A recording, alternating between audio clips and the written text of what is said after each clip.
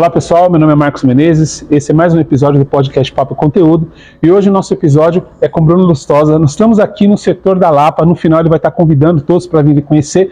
Hoje nós vamos estar falando sobre vulnerabilidade.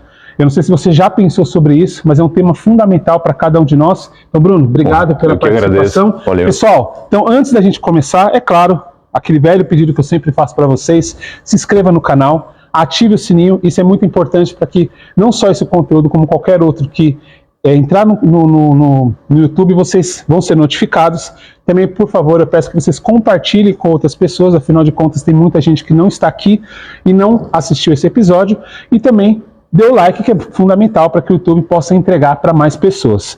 Também quero agradecer aos nossos apoiadores da live de hoje. Então tem até a aguinha aqui, ó. Brindar aqui. Show de bola. Então é a Purifique, ela foi fundada em 98, ela é 100% brasileira, com sua tecnologia única no mundo em purificação de água. A Purifique é a água ideal para a sua saúde e da sua família. Quer conhecer agora? Então entre em contato com Paulo Delazeri pelo WhatsApp 953561314 ou faça uma visita na loja dele, que fica na Rua das Palmeiras, 359, na Galeria Buscapé, no bairro da Santa Cecília. Também quero agradecer a Sônia Maria, aqui ó, tem até um produto que ela mandou aqui para nós, um shake. Ela é representante da Atlântica Natural, a loja dela fica na Rua das Palmeiras, 359, no mesmo local, tá? Só que estandes diferentes. Então eles estão bem posicionados no segmento de saúde, bem-estar e empreendedorismo. E eles são líderes nos produtos ozonizados, tá bom? Então chama a Sônia no WhatsApp para conhecer mais sobre os produtos, tem diversos produtos aqui. Ela mandou 2 aqui para a gente conhecer, mas vocês também, creatina também que é importante, vocês podem conhecer. Então o WhatsApp dela é o 945874645, tanto da Paulo, que é do Purifique, quanto da Sônia, da Atlântica Natural. Todas as informações vão estar aparecendo aqui para você na legenda e também nos comentários. Então vamos lá. Bruno, bora lá. Isso, vamos Mais uma vez, obrigado. Valeu. Bruno, queria que você se apresentasse falando rapidamente sobre o Bruno. Ele tem 26 anos como cristão, ele é casado há 11 anos e atualmente ele está cursando um mestrado em teologia. Sim. Então eu queria agradecer a sua presença, vai ser muito bom a gente poder falar sobre vulnerabilidade. Bem-vindo, viu? Eu que agradeço, obrigado, é um privilégio estar aqui, né, ter esse bate-papo no seu canal, no seu podcast, e muito especial tratar desse tema tão relevante. Muitas vezes a gente subestima essa questão, mas pela experiência que eu tenho tido ao longo aí dos anos, eu vejo o quanto que isso pode impactar a vida de um seguidor de Jesus, né? E a gente pode aprender tanto com a arte da vulnerabilidade, que nasce no coração do Evangelho, e a gente vai estar falando mais sobre isso. Então agradeço muito pela oportunidade. Maravilha. Bom, então vamos começar do começo. Me fala um pouco sobre a vulnerabilidade. Como que era? Você era uma pessoa vulnerável antes de se tornar um cristão? Você já tinha essa facilidade ou não tinha? Compartilha um pouco, por favor. Então, a vulnerabilidade é uma questão que eu acho que não, né? Eu acho que a gente vai aprendendo ao longo da jornada da fé, da jornada cristã. A gente vai entendendo sobre a importância de você fazer uma leitura do seu coração e de você saber expressar, né, as coisas que estão ali dentro. A condição humana é uma condição de vários desafios. A gente lida com o nosso pecado pessoal, o pecado na sociedade, a gente vive numa guerra espiritual. Então, quanto mais você aprende, né, sobre essa habilidade de ser vulnerável, eu com certeza acredito que mais firme na caminhada com Cristo a gente vai seguindo.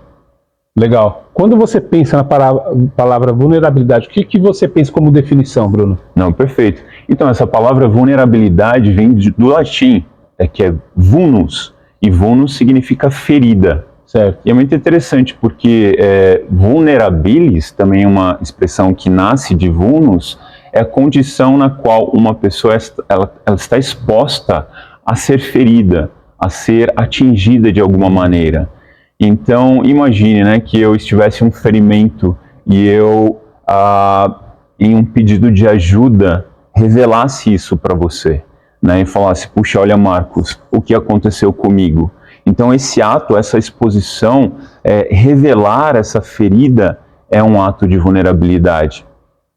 E na prática é o que acontece, a gente tem feridas na alma, dependendo da nossa criação, da maneira como a gente recebeu formação, das nossas famílias, do ambiente social em que a gente está inserido. a gente recebe ferimentos de relacionamentos que a gente tem, Sim. podem ser relacionamentos tóxicos. Verdade. Então a gente pode carregar mágoas, ressentimentos, dores, a gente pode carregar questões profundas contra pessoas. E como lidar com tudo isso? Sim. Né? Então, o ato de vulnerabilidade é quando você expõe essa ferida, você traz à superfície, né, numa tentativa de alcançar cura. E isso tem tudo a ver com o que o Evangelho, né, quer proporcionar nas nossas vidas, né? E a gente vai estar falando mais sobre isso. Legal. Quando você pensa em vulnerabilidade, você poderia ser a mesma coisa que você revelar ou expor para pessoas? É o mesmo significado, o mesmo sentido? Sim. A mesma coisa. Sim, a vulnerabilidade, ela é uma habilidade que a gente tem de trazer coisas profundas do nosso coração à tona, né? Lembrando que são coisas que doem, coisas que nos machucam, coisas que são sensíveis para a gente, e muitas vezes atrelada ao pecado, né? Muitas vezes a gente não tem como desassociar, porque é o pecado do orgulho, é o pecado da cobiça, é o pecado da arrogância, pode ser um adultério, pode ser uma imoralidade sexual praticada, e como que você vai lidar com tudo isso? Né? E o canal, a arte é realmente essa, a gente exercitar a comunicação disso de uma maneira vulnerável, né? E o poder disso é alcançar a cura, com certeza, e também isso gera um efeito extraordinário nos nossos relacionamentos, que a gente vai ver depois com mais detalhes também. Porque eu fico pensando, né? Você falar de algo que você cometeu não é fácil. Né? Obviamente que você não vai sair falando para qualquer um, você vai ter uma pessoa que você confia, mas ainda assim a gente muitas vezes não pensa no resultado positivo que aquilo vai causar, porque você, além de você se sentir mais aliviado, né, você também vai buscar uma ajuda, porque normalmente há uma dificuldade, né, Bruno, da gente falar, porque mesmo se você sabe que lá no final vai haver uma paz, né, uma libertação daquilo, seja qual situação for, ainda assim a gente é muito resistente em falar, né? Sim, exatamente. E eu acho que aí é onde entra a chave da questão, porque a vulnerabilidade não é algo natural de nós. A gente não faz isso de maneira espontânea. Certo. Isso é algo, a gente precisa passar por uma transformação, eu acredito, para que a vulnerabilidade se torne uma prática constante em nossas vidas. E eu acho que é aí onde a gente se pergunta, né, mas como é possível ser vulnerável? Né? O que eu faço? O que eu preciso aprender? Eu acho que o segredo está realmente em Deus. Eu não acredito que a vulnerabilidade nasça fora de um relacionamento com Deus. E a gente deveria se perguntar, né, como é que Deus define a vulnerabilidade, ou como o próprio Deus define humildade? Eu acho que existe uma relação muito grande entre humildade e vulnerabilidade. Sim, sim. Né? E a gente pode ver coisas como, só abrir aqui a referência,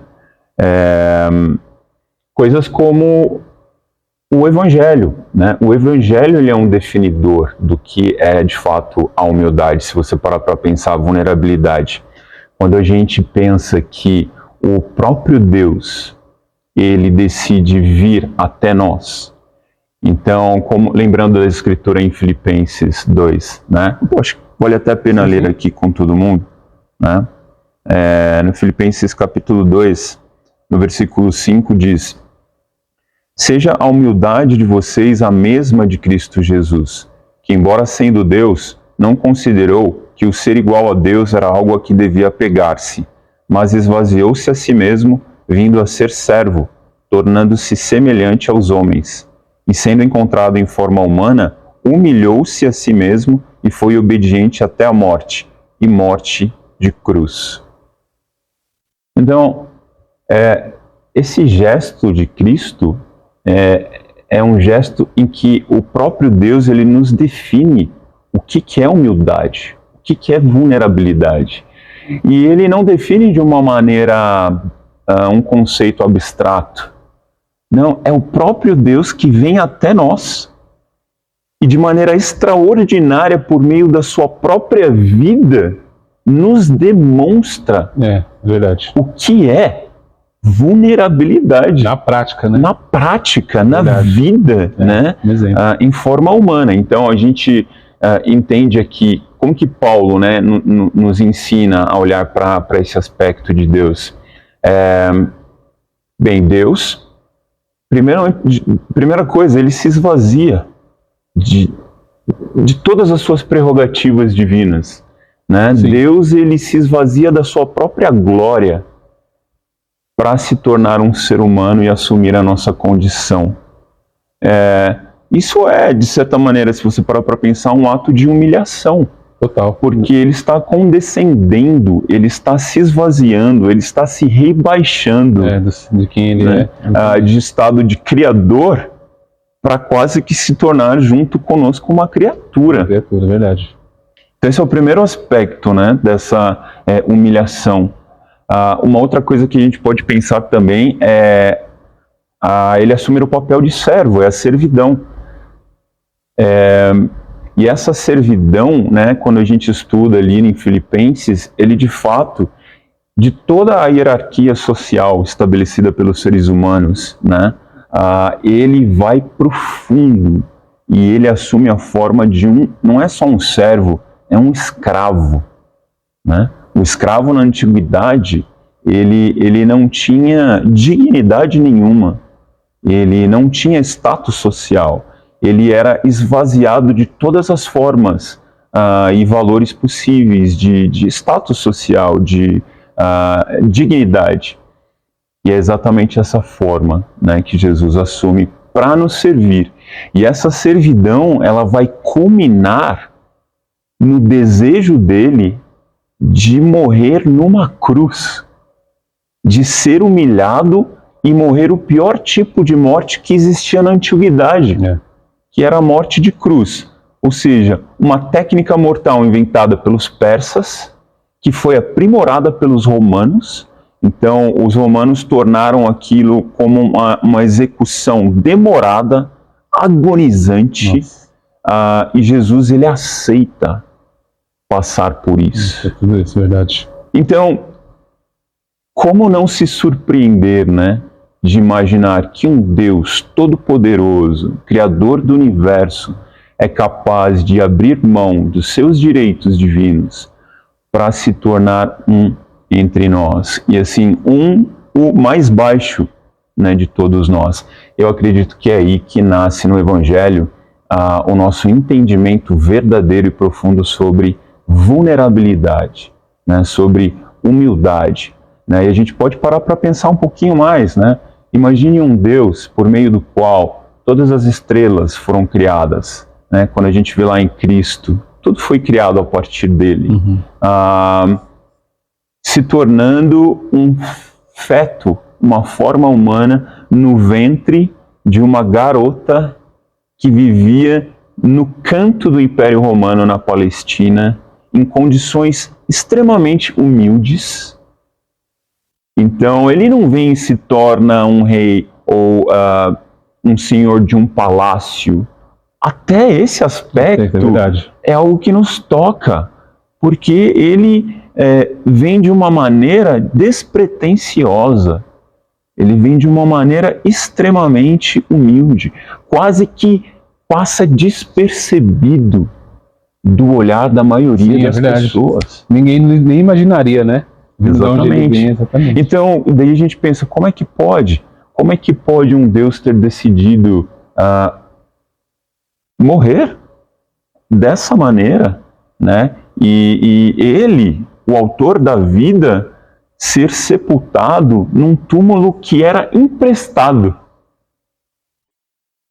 E você vai vendo o contraste, aí você vai entendendo, e eu acho que isso vai fazendo a gente ressignificar, né, o nosso conceito. Por que que eu me encho tanto de mim? Muito bom. Enquanto que o próprio Deus foi capaz de ir nesse nível, nesse estado, para nos ensinar algo. Né? Por que que eu sou tão orgulhoso? Né? Diante da cruz, então, a gente vai entendendo que não há espaço para orgulho, não há espaço para arrogância. E se a gente parar para pensar, isso é exatamente o oposto da vulnerabilidade e da humildade. O que nos impede de ser vulneráveis? É o orgulho, é a arrogância. Sim. Né? Então, enquanto a vulnerabilidade é algo que a gente só pode aprender com Deus, na forma de Cristo, e isso se espalha para os nossos relacionamentos, o oposto também é verdadeiro. Sim, sim. E é um alerta para a gente, porque o orgulho, antes de ser direcionado para as pessoas, ele é direcionado diretamente para Deus. Porque ele vai contra a natureza humilde de Deus. Por mais incrível que seja pensar nisso. Uau, Deus humilde? Mas não seriam as criaturas que deveriam ser humildes? Você está falando de um Deus humilde? Pois parece paradoxal, mas é isso que a gente tem revelado no Evangelho, e eu acho que é aí onde a gente precisa ir antes de tudo, para mudar o nosso pensamento sobre a importância da vulnerabilidade, da humildade. Em Filipenses, Paulo vai dizer que essa característica, né, seja uma atitude de vocês a mesma que é de Cristo Jesus, porque é essa atitude que caracteriza a nossa nova vida de alguém que pertence ao reino de Cristo. Isso é característico de um cidadão do reino dos céus, né? do reino de Cristo na terra também. Por isso que é tão importante a gente lembrar, né? Fazer uma análise inclusive teológica mais aprofundada de onde nasce isso. E está no coração do Evangelho. Muito bom, obrigado por ter compartilhado. Mas aí, ok, isso que você falou já seria o suficiente. Porém, ainda tem aquela situação, por exemplo, que a pessoa vai falar assim, ok, eu entendi tudo isso, mas eu estou com uma mágoa muito forte, por quê? Eu compartilhei algo com uma pessoa X e essa pessoa foi lá e falou para outra pessoa. E ela nem me perguntou. E ela, mas eu fui buscar uma ajuda, ou eu achei que, sei lá, eu achei que não tinha problema nenhum. E talvez é aquela que a gente sempre fala, né? Talvez uma coisa que para você não é muito, mas para outra é. Né? E a gente nunca sabe exatamente qual o nível de profundidade que tem em cada situação, em cada quando a pessoa ela resolve ser aberta, né? Pode ser uma coisa assim, para nossa, mas a pessoa luta com isso. Para a gente pode parecer uma coisa assim, mas para outra pessoa não. E aí tem a questão, a pessoa fala assim, mas eu estou em muita mágoa porque eu falei e aquela pessoa falou para outra. Então a partir de agora eu não confio mais. Para Deus eu até oro, mas se eu precisar falar para você eu não falo mais, porque automaticamente eu já coloquei todo mundo na mesma caixa e falei, se aquele não confiou, ninguém mais eu confio, entende? Perfeito. Como lidar com isso, Bruno, nesse caso? Cara, essa é uma excelente observação, uma excelente questão, né? Quem de nós, né, que não passou por talvez uma experiência assim de quebra de confiança, quando você compartilha algo profundo e você sente que isso foi violado, sim, que a pessoa não respeitou aquilo, né? Eu acredito que a gente precisa, com certeza, criar, eu acho que, ambientes saudáveis em que a vulnerabilidade pode ser praticada, né? E como criar esses ambientes saudáveis? Eu acho que a gente precisa combinar, né? Olha, esse espaço é um espaço sigiloso. Isso pode ser numa conversa com dois amigos, lembrar disso, né? Ou pode ser uma conversa de 3 pessoas, ou pode ser até um grupo pequeno, onde as pessoas vão abrir seu coração, pedir ajuda. Eu acho que vale a pena lembrar, cara, isso é algo sigiloso, eu não estaria compartilhando isso em outro ambiente, eu acredito, só estou fazendo isso porque esse ambiente aqui me encoraja, e eu acredito que com a espiritualidade sua ou dessas pessoas aqui eu vou ser ajudado. E eu acho que uma pessoa que está ouvindo, ela precisa lembrar que, por mais tentador que seja, buscar ajuda, né? E às vezes isso não é nem feito de maneira mal intencionada. Sim, sim.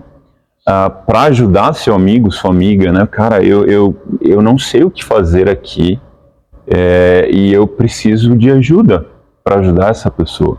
Tudo bem, essa reação é natural, mas eu acho que ela poderia antes perguntar para a pessoa, né? Olha, eu não sei como lidar com essa questão, ela é complexa, e tudo bem se a gente pedir ajuda de alguém mais experiente. Quem que teria na nossa comunidade que você se sentiria à vontade de conversar sobre essa questão? Eu te acompanho, né? Eu vou estar com você durante todo esse processo de cura. Eu acho que assim a gente protege muito mais as pessoas, né? Agora, e se ela compartilha algo que é extremamente sério, mas ela não quer que isso seja falado para ninguém? Daí a gente precisa ter sabedoria, porque se há um pecado que está envolvendo gente na comunidade, né, que ela precisa saber disso, ela precisa saber, olha, eu respeito, cara, mas vamos pedir ajuda para mais pessoas, então, isso não pode ficar escondido, isso é sério, isso tem o potencial de desanimar e mexer com a fé de mais pessoas, né? E a gente não pode esquecer que a igreja é um local que Deus quer santificar. O trabalho de Deus é de santificação, esse é um papel do Espírito Santo. Mas a gente tem que tomar todos esses cuidados, com certeza, né? Antes de exercer a vulnerabilidade. Vale a pena os lembretes, né? Olha, vamos nos proteger aqui da melhor maneira. E até porque a pessoa vai ter que, mesmo que seja difícil, dar um passo de confiança, né? Sim. Porque ela foi magoada, falou, olha, eu entendo, aconteceu, mas queria que você confiasse, né? Até por tudo que você falou, aqui é um ambiente seguro, então vai ficar só entre nós. Qualquer passo fora daqui vai ser comunicado a você, para que a pessoa comece a ter a abertura. Eu confesso assim, eu antes de ser cristão, eu nunca tive um problema parecido com esse, mas por eu passar alguns anos da minha vida muito sozinho, eu aprendi a não falar. Era muito desafiante. Eu confesso que até hoje é um pouco difícil eu ser vulnerável. Que era justamente que eu queria entrar, que era o ponto de ser vulnerável dentro do casamento. Que aí é um ponto principal, né? Porque você casa com uma pessoa que é diferente de você, até aí tá tudo bem, todo mundo já sabe disso, mas você vai ter que ser vulnerável algumas vezes. Seja para pedir desculpa, seja para citar uma situação. E às vezes eu percebo, já conversando com outras pessoas, que assim, normalmente, Bruno, começa com um negócio muito pequeno e a pessoa não fala. Por exemplo, deixou uma toalha na cama. Ela olha e fala, beleza, amanhã ou depois chora na cama. Aí ele não lava a louça, aí ele começa. E começa. E às vezes você pode falar assim, nossa, mas ela brigou com ele por causa disso. Não, que é uma coisa que está vindo ao longo de muito tempo. E ela não fala, por mais simples que seja, é aquilo que a gente estava falando. Às vezes o óbvio precisa ser dito, né? Sim. Por mais que fale, pô, mas você não gosta de uma toalha na cama, por que você não me falou? Aí já virou uma bola de neve. E aí, como que, para ajudar esses casais, essas pessoas dentro do casamento, para ser vulnerável, que normalmente tem muito conflito, né, Bruno? Porque não tem perfeito. Abertura, né? Não, esse é um ambiente onde existe realmente muito atrito, porque é a pessoa mais próxima que a gente tem. Né, de todos os nossos relacionamentos, o nosso cônjuge é a pessoa que a gente mais ama e ao mesmo tempo que a gente mais fere. É verdade. Então, exatamente, eu acho que a gente precisa entender que a gente não tem uma bola de cristal. Né? Às vezes o outro trata o cônjuge pensando, mas como que não percebeu que eu estou sentindo isso? É verdade. E a gente fica quase que num joguinho, né, que não é nada espiritual, de que o outro adivinhe coisas, enquanto que a vulnerabilidade vai na contramão disso. Ela nos ensina a falar sobre as coisas. E é isso mesmo, às vezes a gente entra num ciclo vicioso de feridas. O que é isso? Vulnus, né? O que eu estava dizendo. Um fere o outro, e daí o outro reage ferindo também. E daí a gente entra nesse ciclo tão negativo, né, e pernicioso de um fere, o outro fere, um fere, o outro fere. E a gente não sai mais disso. Né? E com certeza tem muitos relacionamentos que têm vivido, infelizmente, esse tipo de coisa. E aí onde vem, né, a arte da vulnerabilidade, para que se crie um ciclo diferente de abertura, em que você trata de uma ferida e com muita escuta ativa, com interesse e humildade para saber o que eu posso mudar aqui então, como eu posso agir de maneira diferente. E daí quando o seu cônjuge sente que você o tratou dessa maneira, ele também vai te tratar de uma maneira diferente, e daí um ciclo novo vai sendo criado que é isso que a gente vê em Jesus: humildade, servidão, abertura, pedido rápido de perdão. A gente não dá tempo, né, para aquela ferida, enfim, criar pus na alma, né, e só piorar e ficar ali escondidinha, só piorando, né. E uma convicção que eu tenho, que nasce também de uma escritura lá em 1 João, eu adoro essa escritura, que diz o seguinte, 1 João, no capítulo 1, versículo 5, esta é a mensagem que dele ouvimos e transmitimos a vocês. Deus é luz, nele não há trevas alguma. Se afirmamos que temos comunhão com ele, mas andamos nas trevas, mentimos e não praticamos a verdade. Se, porém, andarmos na luz, como ele está na luz, temos comunhão uns com os outros, e o sangue de Jesus, seu Filho, nos purifica de todo pecado. É incrível isso, porque João está nos ensinando que não nos há escolha se não vivermos na luz. Em outras palavras, é isso, lembra? É expor o que está no nosso íntimo, é trazer, né, à superfície aquela dor, coisas que estão nos incomodando, nos machucando. É isso, é andar na luz, é não ter segredos, é não ter surpresas. E o que é incrível é que o resultado dessa prática ele poderia ter parado por ali, né? E falar, pô, você fica bem com Deus então, porque você está vivendo a verdade. Sim. Mas não, João, ele vai dizer, e aí teremos comunhão uns com os outros. Né? E o sangue de Cristo, seu Filho, nos purifica de todo pecado. Ele está falando de cura aqui. Ele está falando de purificação.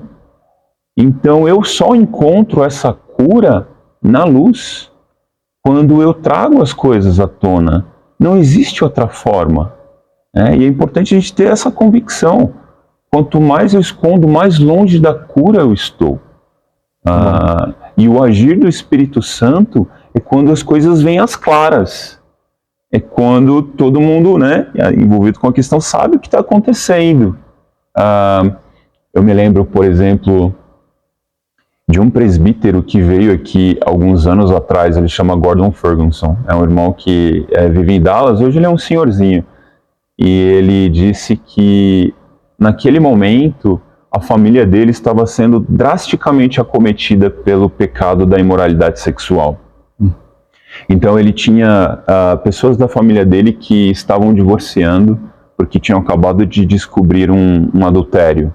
E eles ficaram tão preocupados, ele e a esposa, Teresa, que eles se perguntaram o que a gente pode fazer para a gente também não ter essa surpresa no nosso relacionamento.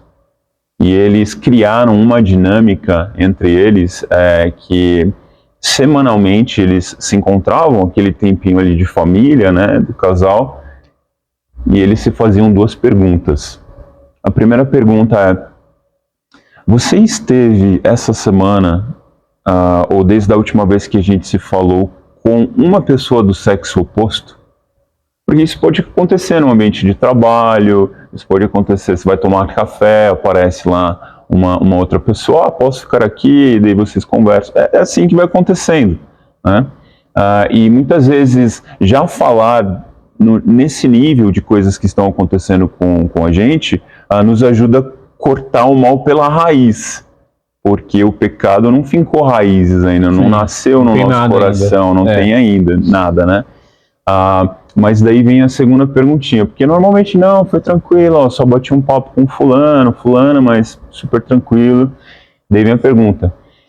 Segunda então, ao longo desse tempo, você desejou no seu coração uma pessoa do sexo oposto? Ou se de repente alguém que luta com homossexualismo, também pode aproveitar para falar disso, né? você desejou alguém do mesmo sexo. Aí depende de cada caso. Sim. E aí é mais complicado. Muito, né? Mais complicado. Muito mais aí complicado. O nível realmente é bem mais profundo. Exatamente. Porque eu posso cobiçar alguém olhando, né, um vídeo no YouTube, assistindo uma série. Eu posso estar na academia e eu sinto essa tentação com alguém que passa. Enfim, é um ambiente muito mais profundo em que isso tudo acontece e que ninguém vê. Exatamente. Né? Só que Deus vê. E eu achei incrível, eu me senti super desafiado, mas eu compartilhei isso com a Camila e falei, o que você acha da gente implementar essa prática de vulnerabilidade no nosso relacionamento? E como a questão da impureza sexual sempre foi para mim o maior desafio, né? Foi a maior luta de todas. Cara, é algo que tem transformado o meu casamento. É algo que tem me ajudado muito a me manter num lugar onde eu não posso brincar com isso. Tipo, é um lugar que não me permite dar espaço para qualquer situação. Claro, tem situações do meu dia a dia que quando eu me sinto tentado, a primeira pessoa que eu vou lembrar não é da minha esposa. Para realmente fazer eu não olhar uma segunda vez, eu tenho que lembrar de Jesus na cruz. Não, exatamente. Eu tenho que lembrar de tudo isso que a gente acabou de conversar aqui no início. Mas é claro que eu lembro das bênçãos que Deus tem me dado, né? Por que eu colocaria em risco o meu casamento, a minha integridade emocional com a minha esposa, né? Em que todos os meus sentimentos, emoções deveriam ser canalizados para ela. Não existe no cristianismo triângulo amoroso, não é? E então isso tem me ajudado muito. A gente tem feito isso periodicamente e assim, cada casal precisa ver se vai ser muito desafiante. E se uma pessoa falar que cobiçou, e como que o cônjuge vai responder? O objetivo dessa dinâmica é fazer isso, trazer à luz, na esperança que por meio de oração, por meio de intercessão um pelo outro, crendo que é aí onde o Espírito Santo opera, a gente vai ter comunhão uns com os outros. O efeito disso, ele é poderosíssimo para nos conectar. Então, por mais que seja difícil no momento ouvir, eu sempre sinto a Camila, quando eu falo alguma coisa assim, depois ela vem, eu sinto ela agradecida, eu sinto ela feliz, porque ela não tem, ela percebe que eu estou dando tudo que eu posso para que o nosso relacionamento seja espiritual, que Deus nos ajude, né? Então é difícil, mas eu acho que o efeito e o ganho disso é muito poderoso para a conexão entre a gente e para encontrar cura também, porque eu sempre me sinto mais forte quando eu sou vulnerável e falo, do que o contrário. Quando eu percebo que eu estou enrolando, tal, eu percebo que eu vou me enfraquecendo mais rapidamente espiritualmente. Legal. Bom, primeiro, obrigado por ser vulnerável, né? Porque não é fácil, né? Você se expor. Eu confesso que quando eu converso com as pessoas em temas mais sensíveis, alguns pontos, eu percebo que normalmente as pessoas são um pouco mais... Elas falam ali, já muda de assunto, porque não é fácil a gente falar, ainda mais de alguns assuntos, né? Mas uma coisa que eu fiquei pensando é que normalmente, Bruno, quando a gente fala sobre vulnerabilidade, as pessoas elas assimilam com fraqueza.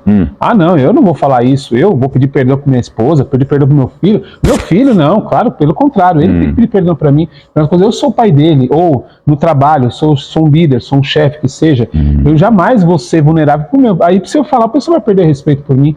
Nesse caso, como é que a gente ajuda as pessoas? Porque acaba gerando essa situação da pessoa dar aquela impressão que ela é fraca, né? Por ela estar falando, estar muito aberta, expondo a vida dela, né? Para as pessoas, né? Assim, só lembrando de novo, né? O próprio Deus decidiu se colocar nessa posição e não se importou com o que a sociedade da sua época iria pensar. E por causa disso que ele fez, ele tem se tornado fonte de salvação para todos nós.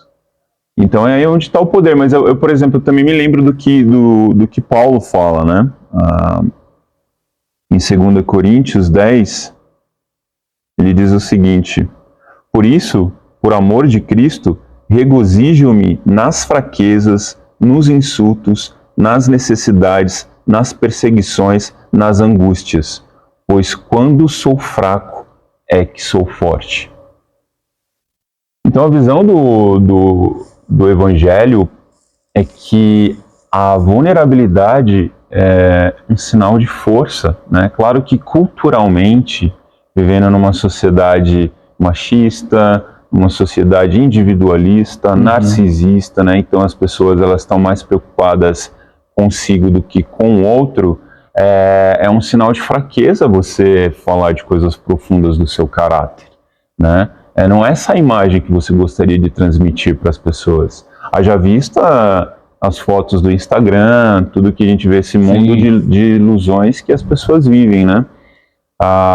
Mas aqui Paulo ele está dizendo que ele aprendeu que no momento em que ele se encontra frágil, né, é o momento em que Deus atua com poder para na fraqueza dele mostrar a sua glória, mostrar que tem coisas que a gente depende absolutamente da bondade, da graça, da misericórdia de Deus para continuar vivendo essa vida. E então é uma noção equivocada achar que se eu for vulnerável, eu estou mostrando que eu sou fraco. Muito pelo contrário, o ato de vulnerabilidade, de abertura de coração, demanda muita coragem, né? E demanda uma força espiritual absurda, né? Um grau de fé enorme em Deus, para que o resultado daquela demonstração de fraqueza vai ser algo poderoso e vai fortalecer os relacionamentos, né? E vai trazer alegria, vai trazer prosperidade espiritual, né? Vai trazer glórias ao nome de Deus. Então, biblicamente, essa é a visão. Muito bom. É coragem. É a palavra, coragem, para ser vulnerável, que não é fácil. Bom, a gente está partindo aqui para a parte final do episódio. Quero mais uma vez agradecer o Bruno. Tem algo que a gente não comentou, Bruno, que você acha importante a gente mencionar? De não comentar, eu acredito que não. A gente conseguiu abordar aqui os temas e aspectos principais de tudo que eu tenho aprendido sobre isso, né? Eu acho que é mais um encorajamento mesmo que eu gostaria de passar, né, para você que está ouvindo esse vídeo. Eu sei que pode parecer muito desafiante, mas reflita sobre todas essas coisas que a gente conversou. Pense na mensagem do Evangelho, pense na arte suprema da encarnação, né? O próprio Cristo vindo até nós encarnado, o quanto disso revela a humildade. Isso revela muitas coisas, mas o quanto que isso revela a humildade de Deus e a sua vulnerabilidade. Então, gostaria de encorajar as pessoas a realmente passarem tempo refletindo e orando sobre isso. Muito bom. Antes da gente terminar, só mais uma pergunta, eu fiquei pensando numa coisa que eu queria perguntar para você. Tem as pessoas que a gente conhece que são muito abertas, elas falam com muita facilidade. Eu conheço algumas pessoas assim.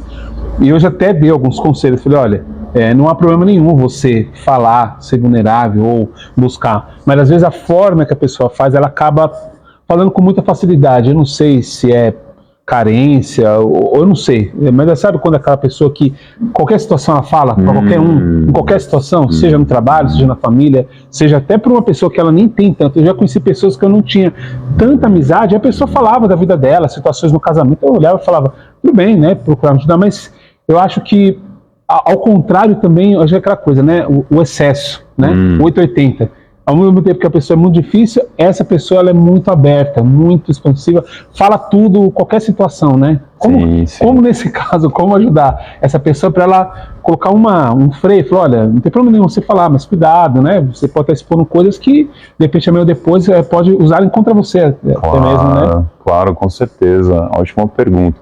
Eu acho que uma coisa importante a pensar é que o ato de falar não demonstra necessariamente um coração contrito. um coração que está buscando vulnerabilidade, você pode fazer isso com outras motivações. Entendi. Então, eu acho que primeiro tem que perguntar, né, qual que é a motivação, né, da pessoa, quem é próximo, obviamente. E provérbios, enfim, a Bíblia nos ensina tanto sobre a sabedoria que a gente precisa ter na fala, nas coisas que a gente comunica. E essas coisas são muito profundas. A gente não gostaria de sair falando isso para qualquer pessoa. Sim, exatamente. A gente vai buscar as pessoas mais próximas, se é que nós estivermos buscando uma cura verdadeira para as nossas questões. Mas o fato é, a gente pode falar muito abertamente, de maneira articulada, sobre questões, sem necessariamente estar buscando arrependimento. Muito bom. Show de bola. Pessoal, então, né, acho que eu já abusei muito do Bruno aqui, já fiz muitas perguntas, Imagina. A gente pode marcar numa outra oportunidade de conversar sobre alguns outros assuntos. Certeza. Mas eu quero agradecer o Bruno e, antes da gente finalizar, eu quero pedir mais uma vez para você, por favor, se inscreva no canal, ative o sininho, isso é fundamental para que todo episódio você receba a notificação, compartilhe com as pessoas. Você assistiu esse vídeo e está até aqui assistindo, vai pensar, puxa, alguém que eu acho que pode ajudar. Compartilha com essa pessoa e também dê seu like, isso ajuda para que o YouTube possa entregar para mais pessoas. Eu também não posso deixar de agradecer aos nossos apoiadores do nosso episódio de hoje, a Purifique, estão falando aqui, ó, a água, a empresa ela foi fundada em 98, ela é 100% brasileira, com a sua tecnologia única no mundo em purificação de água. A Purifique é a água ideal para a sua saúde e da sua família. Quer conhecer um pouco mais sobre a empresa? Então entre em contato com o Paulo no WhatsApp 953561314 ou faça uma visita para ele na loja dele que fica na Rua das Palmeiras 359, na Galeria Buscapé, no bairro Santa Cecília, aqui em São Paulo. E também quero agradecer a Sônia Maria. Ela representa a empresa Atlântica Natural, ela até deixou aqui, ó, um shake de chocolate, mas tem outros sabores também. Aqui tem uma creatina, tem outros produtos também que vocês podem conhecer. Então a empresa, a loja dela, né, fica também na Rua das Palmeiras 359, num outro box. A empresa ela está firmada no segmento de saúde, bem-estar e empreendedorismo, que eles também têm negócios, se você tiver interessado em ter uma renda extra. E eles também são líderes no produtos ozonizados. E o WhatsApp da Sônia é o 945874645, tanto aqui na descrição quanto nos comentários vai estar falando sobre as duas empresas. Bruno, mais uma vez, muito obrigado. Eu que agradeço, meu pessoal, querido. Convido o pessoal para estar vindo aqui conhecer, fala o G de Culto, a rede social, o endereço, por favor. Bruno. Claro, com certeza. Então, a gente se encontra aqui na sede da Lapa, na Rua Afonso Sardinha, 306. Nós temos os cultos todos os domingos, a partir das 10h30. Então, vocês estão todos convidados a virem conhecer aqui com a gente, aprender mais sobre o Evangelho e como ele tem transformado nossas vidas. A rede social, Instagram e YouTube? Instagram, YouTube, é incisp.com.br. Você pode encontrar, tem também no YouTube, né? Eu falei, é só colocar lá Setor Oeste, Lapa, que você vai estar encontrando o nosso canal. Legal. Eu vou deixar o link também aqui na descrição e também nos comentários para que você possa, mora aqui na região, venha conhecer. Mais uma vez, Bruno, Valeu, obrigado. Obrigado. Pessoal, obrigado por vocês terem acompanhado até aqui e até o próximo episódio. Um abraço.